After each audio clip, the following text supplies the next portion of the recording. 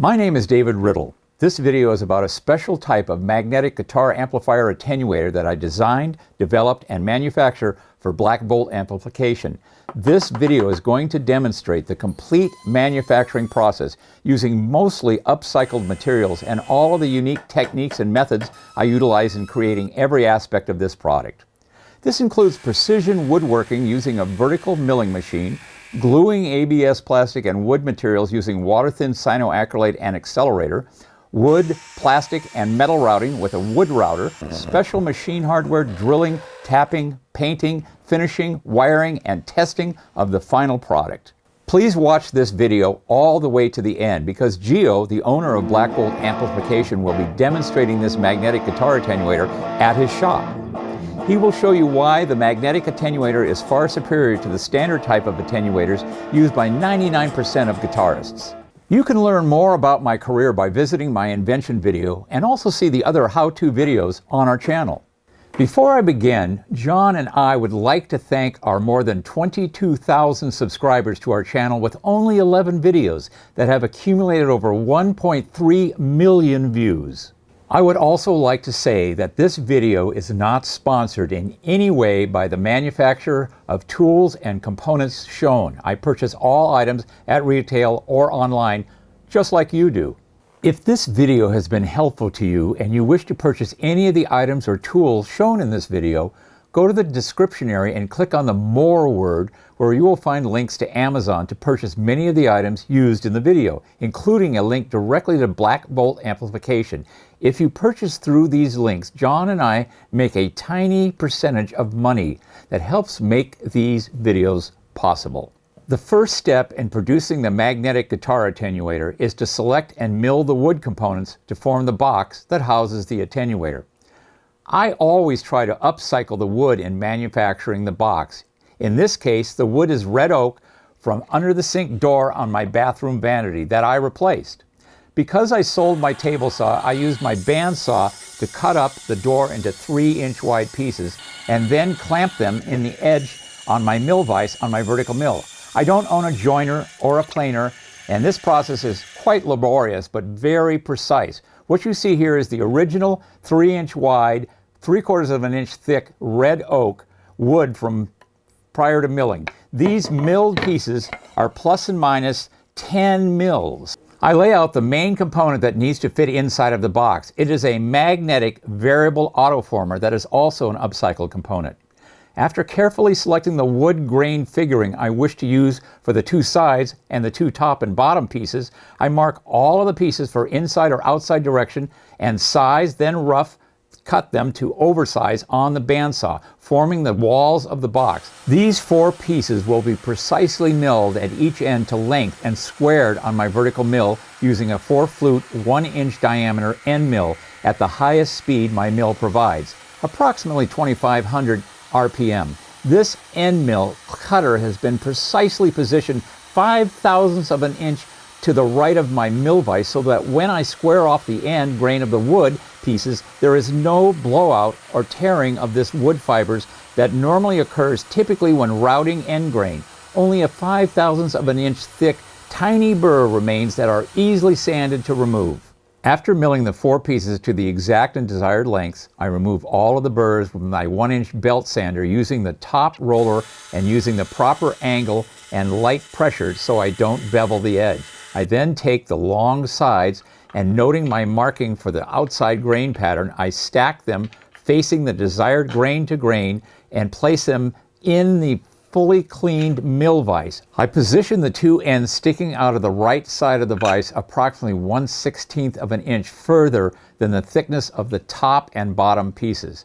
I do this by holding one of the short pieces against the right side of the vise and slide both pieces so they protrude the desired amount, while carefully ensuring with my fingertips that the 2 pieces are still flush and aligned end to end with each other. While holding these 2 pieces firmly down, I securely tighten the mill vise. I lower the knee of the mill table to allow the bottom of the end mill cutter to rise just above the top of the 2 stacked pieces, and then raise the knee so only a small portion of the top piece will engage with the cutter. I make my first pass and note how much was removed. I raise the knee and make my second pass. I do this repeatedly until I have removed approximately 70% of the material from the first piece, forming my first rabbet. While holding the two pieces with my thumb and index finger on my right hand so that they remain flush with each other, I loosen the vise and flip both pieces over and slide the pieces to the left with force until the tiny burr acts as a stop. I tighten the vise slightly. Using my left hand, I put pressure downward on both pieces, loosen the vise and ensure both pieces are lying flat, and then retighten the vise. I then confirm that both pieces are still flush at each end using the tips of my index fingers. I mill the second pass at the full depth of the rabbet and note that both rabbets' end grain dimension is very close to the same thickness. I loosen the vise and remove both pieces and sand off all of the burrs again with my 1-inch belt sander, first using the top roller on the wide side burrs and just the free edge of the end of the belt for the rabbet burrs. After all of the wood components have been completed, they are temporarily clamped together to form a box that is square, then placed on top of a piece of upcycled 3/16-inch thick black ABS plastic sheet. This plastic was originally from an 8-inch floppy disk holder. Using an awl, scribe, and leaving a 1/16 of an inch margin all around the box's perimeter, I scribe the plastic and then cut the piece on the outside of these lines on my bandsaw. I deburr all of the plastic edges with a Burr Quick deburring tool that removes all of the burrs and provides a slight radius to the edge. To protect the texture side of the ABS from being scratched during sanding and routing, I place the ABS sheet on a Duck brand removable adhesive plastic shelf liner and cut around the ABS sheet with a razor blade.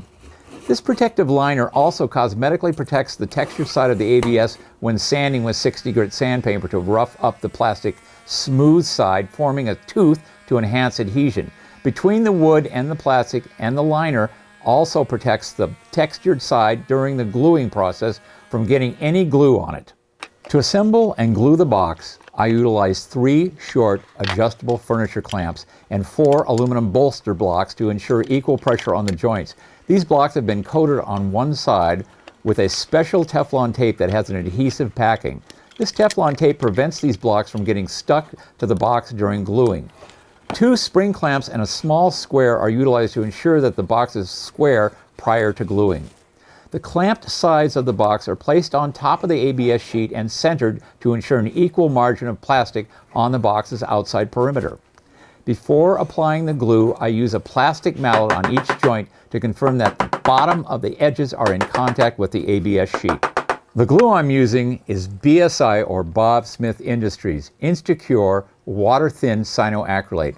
I use this adhesive exclusively in woodworking because it flows and penetrates into the wood fibers 10 times deeper than regular wood glues, producing a much stronger joint, and with the use of BSI INSTA-SET accelerator, there is no waiting for the glue to dry. I can remove all of the clamps after gluing within seconds. To learn more about this unique glue, please see my first video, How to Crazy Glue, Super Glue, Wood, Rubber, Leather, Drywall, Fix Anything with CA Cyanoacrylate, for a complete primer on all aspects of this glue and the preparation of the bottle and the Teflon dispensing nozzle. Prior to gluing, I put downward pressure adjacent to the joint to ensure that the bottom edge of each joint is in intimate contact with the ABS prior to applying the cyanoacrylate. I apply the glue at the top edge of the joint, and because it has no surface tension, it readily flows into all of the joint surfaces, and because of gravity, all the way down to the ABS sheet. I then spray this joint with accelerator, curing it instantly. I repeat this same procedure on the other 3 joints. After removing the clamps, I add additional INSTA-CURE on all of the joints, including the ABS sheet, and rotate the box and use gravity to flow it all around the interior of the box before spraying the accelerator. I then apply INSTA-CURE on all of the exterior joints of the box, including the protruding end grain, and then spray accelerator on all of the joints. By gluing the end grain fibers of the wood together, it reduces any possible blowout during the upcoming routing process. As you can see, I've applied the self-adhesive shelf liner to the top of my router table to further ensure that a totally smooth surface doesn't inflict any damage to the workpiece during routing.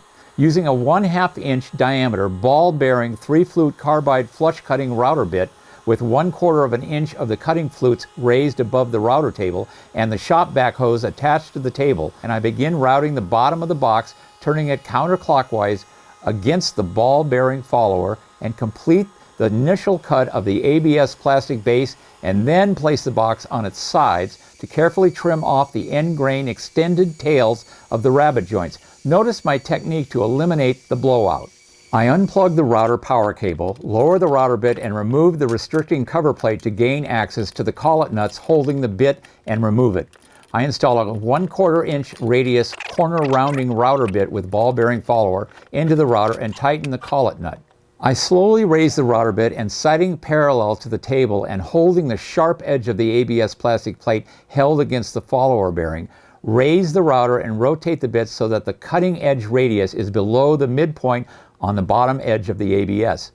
I plug in the router and start it and slowly move the box to the follower bearing and slide the box 1 inch to the left. Pull the box away from the follower bearing and inspect the result.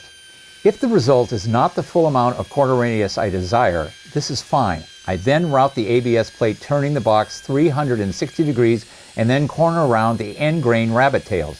I slightly raise the router bit only 1/64 of an inch and make a 1 inch pass and inspect the results. If the corner rounding isn't enough, again I raise the router the same tiny amount and again inspect the result, and do this procedure until the corner rounding is what I desire. And then I route the entire ABS plate and rabbet end grain. These incremental steps are critical. If you raise the corner rounding bit too high, you will get a sharp, straight line cut into the ABS and the box corners. This is known as beaded round. The next step, after all of the routing work has been completed, is to flat sand the top edge of the box on my 12-inch disc sander. Threaded brass inserts are put into the wood and ABS sheet to hold, route, and contour the aluminum chassis panel and attach the rubber feet to the bottom of the box using all machine screws, not wood screws. Layout of the holes to hold the inserts is critical, so I will be using a dial caliper as a scribe to mark the layout lines prior to drilling. I'll be using 2 types of threaded inserts, 4 pieces of 440 inserts to hold the chassis panel onto the wood sides, and 4 pieces of 632 inserts to hold the feet onto the ABS plastic bottom. Using the calipers, I measure the width of the sides to determine where the hole should be drilled. I adjust the caliper and lock it in position, holding the caliper's inside measuring points against a flat steel plate and sliding the long sides of the box up against the sharp point, scribing where the 4 holes will be positioned widthwise. I readjust the caliper to where I want the scribe lines I've already made intersect and position the box short sides on the steel plate and scribe across the width of the wood sides, forming a cross. Because these scribe lines are very faint, I use a sharpened pencil and fill in the crossed scribe lines to make them more visible. I readjust my caliper to the proper position of where the feet are attached. I scribe the ABS sheet near the corner, rotate the box 90 degrees, and scribe across the previous lines, and repeat this 3 more times. I use a scratch owl to precisely center punch the 8 locations in the wood sides and the ABS bottom to start the drilling process on my drill press. I use a 1/16 of an inch pilot drill because it fits into the center punch divot and doesn't drift when drilling. After using the pilot drill in all 8 locations, I measure the threaded inserts with my caliper to determine the diameter of the drills to be used and to drill the wood sides and the ABS bottom to the proper sizes. I use a 100-degree countersink on all of the holes because the threaded inserts have a tapered top that needs to be placed just below the flush surface of the wood or the ABS plastic. Before installing the inserts into the wood, I place a small can't twist clamp across one of the 4 holes and tighten. This ensures that the wood sides won't crack or split when the threaded insert is hammered into the wood. In addition, the box and the ABS bottom is supported by a heavy steel plate underneath. I thread the insert fully onto the driving tool and position it to be perpendicular to the wood edge and hammer it in all the way to just below the top surface of the wood edge using a small ball peen hammer. This entire process is repeated 3 more times to complete placing all of the inserts into the wood. The process of placing the threaded inserts into the ABS plastic is through a different process. The insert is threaded onto the end of a long screw and heated for a few seconds with a blowtorch before placing it over the hole and letting the heated insert melt into the ABS until just below the plastic surface. The long screw is utilized to visually ensure that the insert and long screw is perpendicular to the ABS surface and is held in this position until the plastic cools enough to unthread the screw. This process is repeated 3 more times to complete placing all the inserts into the ABS. To make sure the threaded inserts are absolutely locked in place into the wood sides, I take my bottle of water-thin cyanoacrylate, position the Teflon nozzle pointing up, and squeeze the bottle and hold the squeeze. I then place the Teflon nozzle tip all the way into the threaded insert and carefully add additional squeeze to the bottle to flow cyanoacrylate until it fills up the entire insert as the glue comes over the top, and then quickly release the squeeze on the bottle to suck up all of the glue out of the insert. I repeat this process 3 more times and then spray accelerator into each insert to fully cure the glue. After gluing all of the inserts, the threads are now clogged with glue and need to be chased or rethreaded to eliminate this glue. I use a 440 spiral type tap and my custom-made power threading tool to quickly remove the glue from all of the threads. I thread in 4 upside down 440 set screws that have been ground and sharpened to a needle point and set their height to approximately the same level. I place the aluminum plate on the set screw points and try to rock the plate and adjust the set screws until there is no rocking of the plate. I inspect the plate to see what side of the plate is free of any scratches, and on the other side I scribe an arrow near the small end of the plate and also scribe an arrow on the inside end of the wood box. While supporting the box on top of the same heavy steel plate, I position the aluminum plate ensuring that the arrow on the underside of the plate is pointing to the same arrow mark on the inside edge of the box. Using my fingertips to sense an equal distance all around the plate and the box, I hold down the plate tightly with my fingers and then use a small ball-peen hammer to hit the plate over each set screw position to mark or center punch the exact position where the set screw hole should be on the underside of the plate. I lift the plate and flip it over and inspect the center punch marks. If they are not deep enough, I use a regular center punch precisely in the same spot to make them deep enough to center the 1/8 inch diameter punch in my Roper Whitney No. 5 Junior metal punch and punch the 4 holes. I unscrew the 4 set screws partially so that they will be above the plate thickness and place the plate over the set screws to check that all of the screws line up perfectly with the punched holes. I place a 100-degree countersink in my drill press and set it to the lowest speed, and proceed to countersink the 4 1/8 of an inch holes, and by placing the screw I'm intending to use in these holes to determine the proper and consistent depth of the countersink. After washing and drying the plate, I properly orient the plate on top of the box and secure it with 4 440 flathead screws. These screws need to be tightened securely to the box because I'll be using the box's wood perimeter to have the flush cutter router bits ball bearing to follow the box and trim off the aluminum plate flush to the sides and the contours of the corners. Before I route the plate, I use the side of a small brush that has been dipped into coolant and apply a thin bead of coolant all around the edge of the plate. As before, I'm using the router table with the flush cutting bit installed. I've adjusted the bit's height so that the ball bearing is just slightly above the aluminum. I start the router, and while gripping the box securely, I slowly bring the box to the bit, and while slowly turning the box counterclockwise, I remove approximately 50% of the aluminum. I continue to rotate the box in the same direction until all of the aluminum is flush to the box. I now rotate the box clockwise and press against the ball bearing follower to achieve the final smooth finish to the edge of the aluminum. This is because the next step is to contour the top edge of the plate with a small radius roundover bit. I now will be using my other router placed upside down and fitted with a 1/8 inch radius roundover carbide bit with a ball bearing follower, and also fitted to this router an 8-inch diameter aluminum plate to form a small router table. I start the router, and while gripping the box securely, I slowly bring the box to the ball bearing, and while slowly turning the box counterclockwise, I continue to rotate the box in the same direction until all the aluminum is rounded and somewhat smooth to the touch.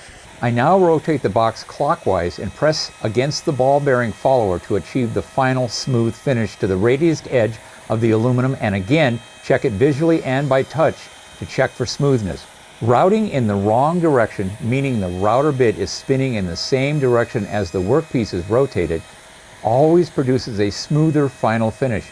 But this practice is quite dangerous when doing any initial routing because it will aggressively grab the workpiece and possibly injure the operator. I now use a clean paper towel lightly saturated with acetone to remove any remaining coolant from the plate, and I sand the box with 60 grit 3M Cubitron 2 sandpaper with an orbital sander. All of the edges of the aluminum plate, including the radiuses and the rounded corners and the radiuses on the sides of the box, but not the radiused edge of the ABS plastic bottom.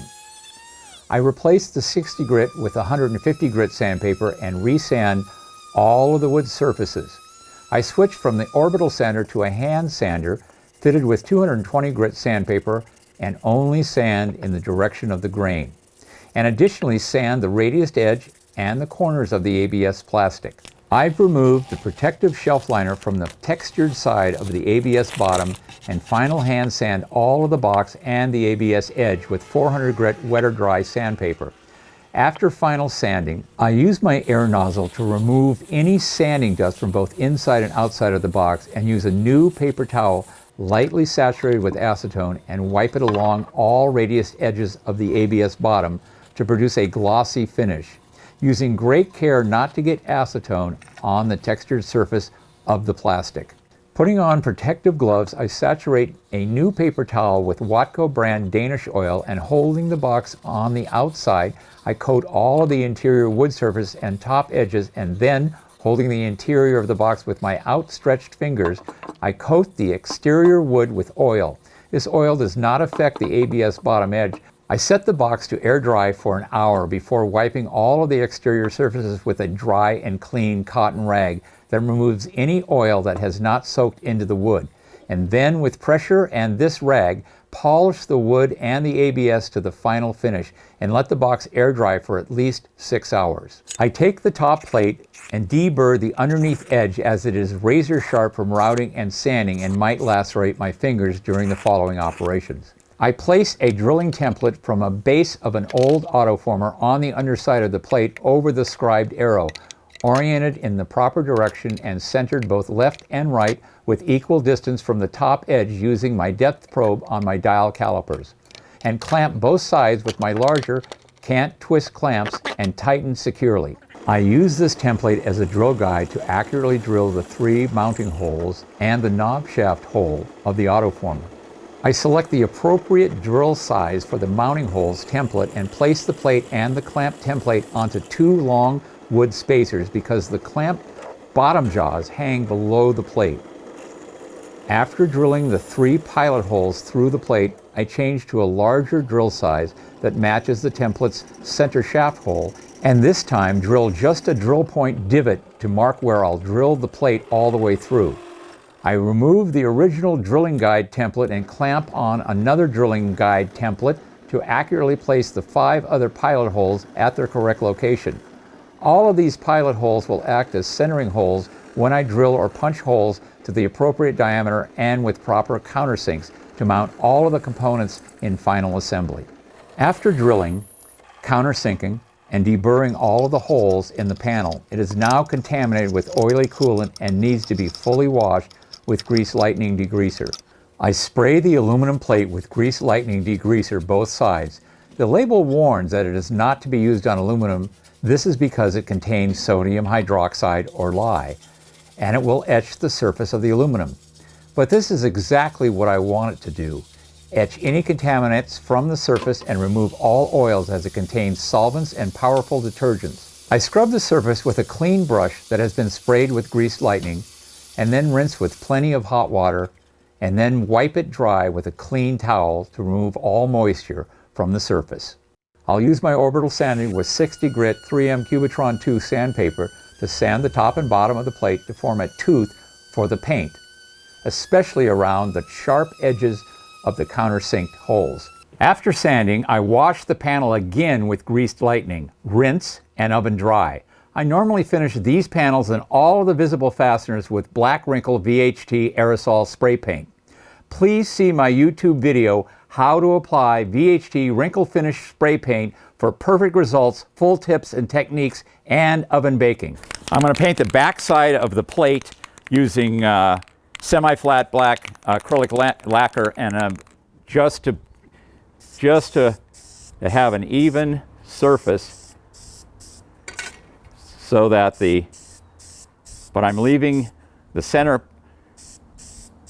coated, or not coated, where the heat sink is on that thing. Now I'm going to let this dry for just a second, and then I'm going to flip it over. And now I'm going to do and orient the plate, and I'm going to shoot it with the VHT Black Wrinkle finish.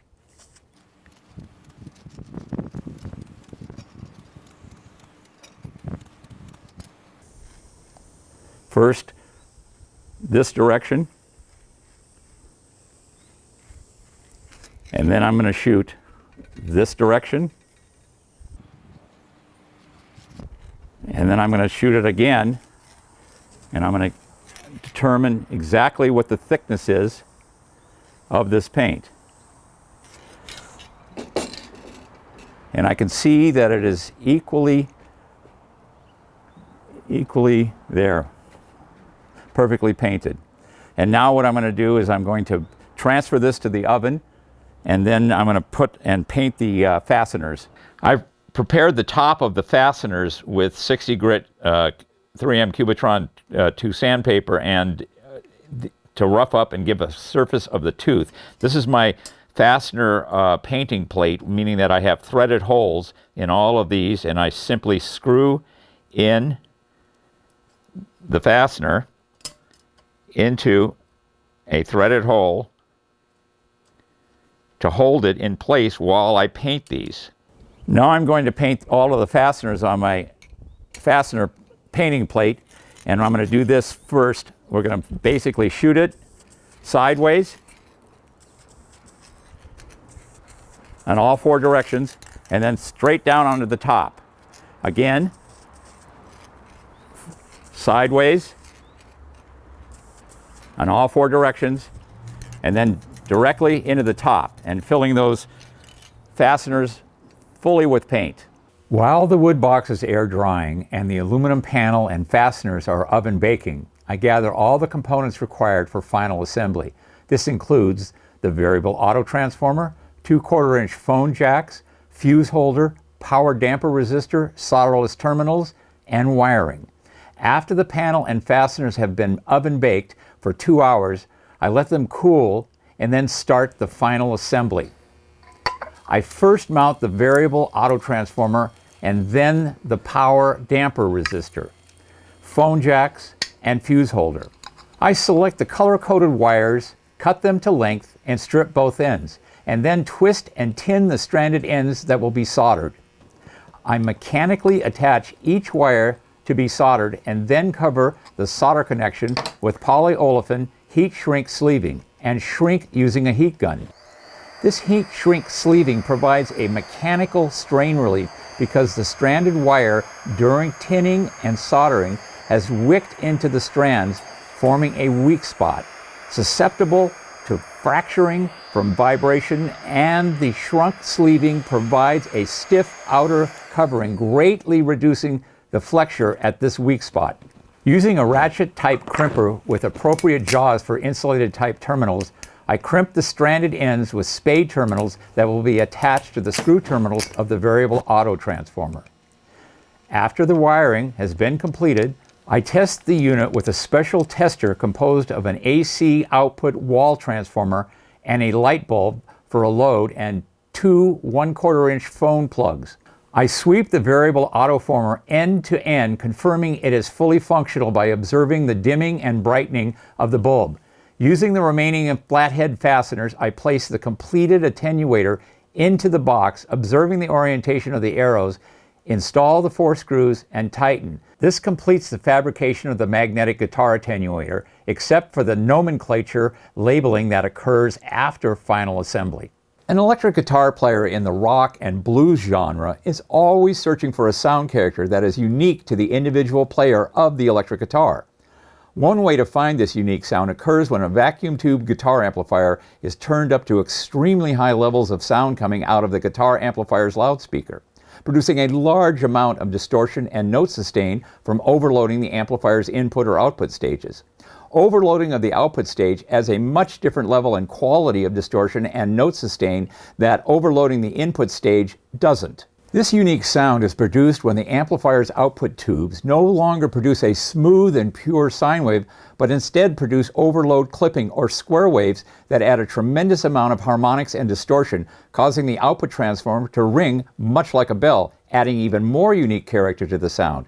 Every brand of guitar amplifier produces different and unique distortions and sound characteristics depending on the output stage's circuit configuration and the type of output transformer, and this doesn't include the loudspeaker that adds its own unique distortions to this sound. There are many types of guitar attenuators available in the marketplace. All of them utilize resistive attenuation methods. These heat-producing resistors are used to convert the high-volume sound or voltage through a resistive variable divider before sending it to the loudspeaker at a much lower level. This lower sound level prevents the drummer from yelling at the guitarist to turn down, or your girlfriend or wife is leaving you because you are playing your guitar way too loud. The magnetic guitar attenuators that I build work in a totally different way from the resistive attenuators that others offer. My attenuator sends the amplified sound into a magnetic voltage divider that produces virtually no heat and in addition is kinder to the expensive output tubes of the amplifier. Resistive attenuators fully load the output tubes, causing them to fail more readily than my unique magnetic design. We are now taking you to Black Volt Amplification's facility where Gio, the owner, will demonstrate this magnetic guitar attenuator with one of his amplifiers and his custom-made guitars. Here we are, we've arrived at Black Volt Amplification. This is Gio Loria, and this is one of Gio's amps that he has designed and he fabricates right here in LA. He also designed this Flying V guitar. The Veronica? The Veronica, yes. Okay, great. And so what we're going to do is I'm going to have Gio talk about these attenuators. Everyone that I've ever made has been sold through Black Volt Amplification, and I've made many of these. And the reason is that they do something that other attenuators cannot do. This uses a variable autoformer, a magnetic variable autoformer, to divide the signal up. Autoformer? What's an autoformer, Dave? Isn't that just a potentiometer? No, it's not a potentiometer. The autoformer forms a magnetic single coil and with a wiper brush that selects each incremental increase in volume level based on voltage division, whereas the resistor ones get super hot, as you well know. Right, like the hot plate. It's called a hot plate and it's full of resistors. Yeah. It takes all of the voltage out of the head and just heats up into those resistors and gets extremely hot and ultimately burns up the output section on an amp, the power tubes and the output transformer, to be specific. And this magnetic autoformer matches the impedance of any amplifier, 4 ohm, 8 ohm, 16 ohm, it doesn't care. So simple. It's so simple, it solves all these other problems that all the other attenuators have. But anyway, let me just have you play a very short, clean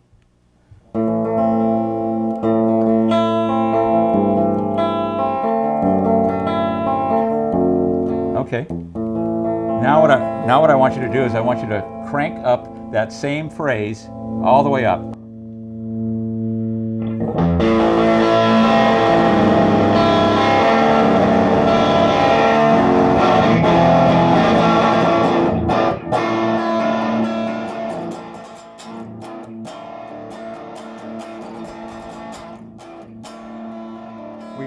Now we have the same level of distortion.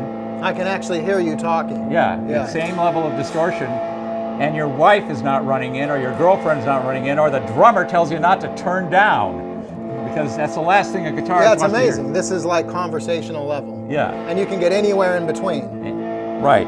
But if you turn it up to full volume to get that tone, It's super loud. It's like shaking the room. Yeah.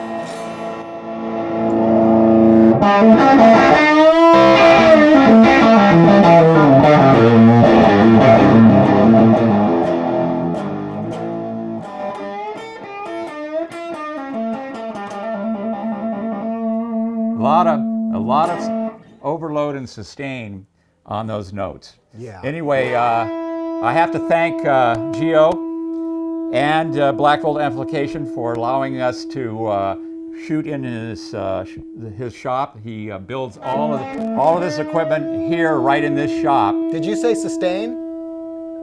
That's exactly what this unit is for. If the amp was this loud, you'd get that much sustain. It's still sustaining. Yes. So now turn it up. Sorry to interrupt your outro.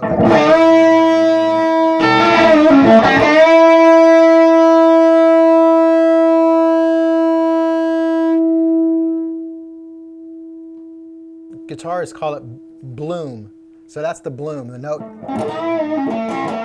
It kind of gets bigger and it sustains and it stays there. It's what all guitarists look for. So between a good amp, a good guitar, and then this attenuator, you can do that at any volume level, which is brilliant. And it's so simple because you just turn that one knob up and down. That's all there is to it. It's brilliant. Anyway, we're out of here. Thank you very much. I really appreciate the demo. Thank all you. right. If you found this video and my many unique techniques helpful, please click on the subscribe button and tap the notification bell so you will be notified of our new videos when they arrive on YouTube. As said before, if you wish to purchase any of the products shown in the video, please click on the links in the description area. Feel free to comment on this and our other videos if you want to share your opinion or have additional questions. I promise I will answer every comment.